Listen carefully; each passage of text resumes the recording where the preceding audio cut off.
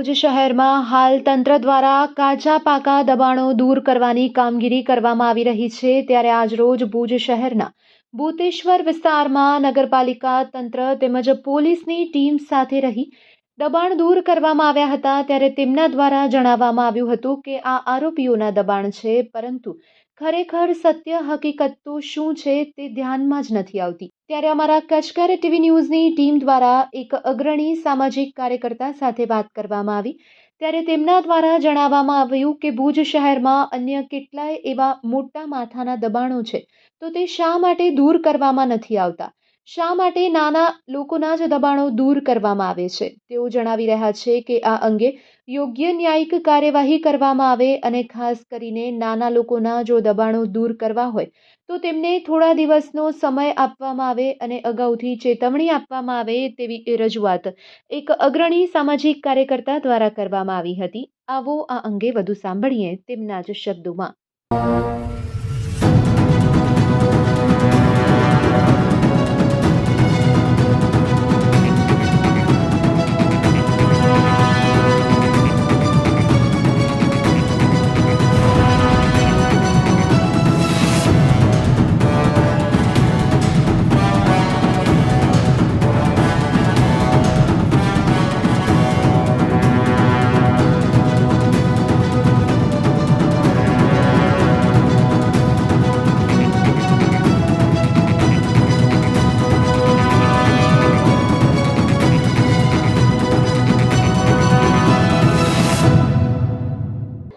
આજે પોલીસ અને વહીવટીતંત્ર દ્વારા જૂના ગુનેગારો કહી રહ્યા છે, હવે એ સાબિત કરવું અશક્ય છે, કારણ કે ગુનેગારો તો બુટલેગરો પણ ઘણા છે।